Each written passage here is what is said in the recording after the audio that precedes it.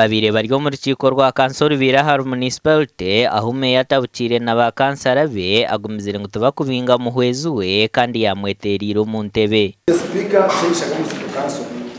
This is an addendum to the petition for the censure of Mr. Joel Okore. The Deputy Mayor presented to the Speaker on 11th day of October 2022 based on his abuse of office, incompetence, misconduct and misbehavior. I want to exonerate myself as a mayor from the Let's first agree. Let's first agree on the procedure. Thank you so much.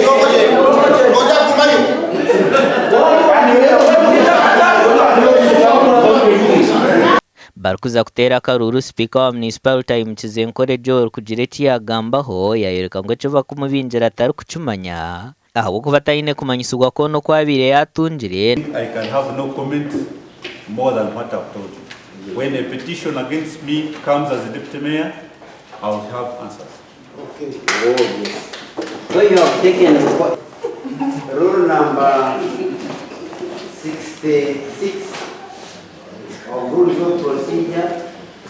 Uganyuma ya karuru nho rukiko ruhwerire barikubinga umuhwezu wa meya okutabuka ko rukiko rukurugirira umuzumwa hampatane zo kore nguto ombashandire bamumbakozi ba Munisiparite barikuzegabara kandi kubagire kugamba haruguto rwa kabiri so mutawunisha ko rwakozurwe kubi meya atiyikirizana nabo. Gasha kwa Ben Muhozi Petition mukashise bayicura ibarazariwe kamukice so bagira ubusungu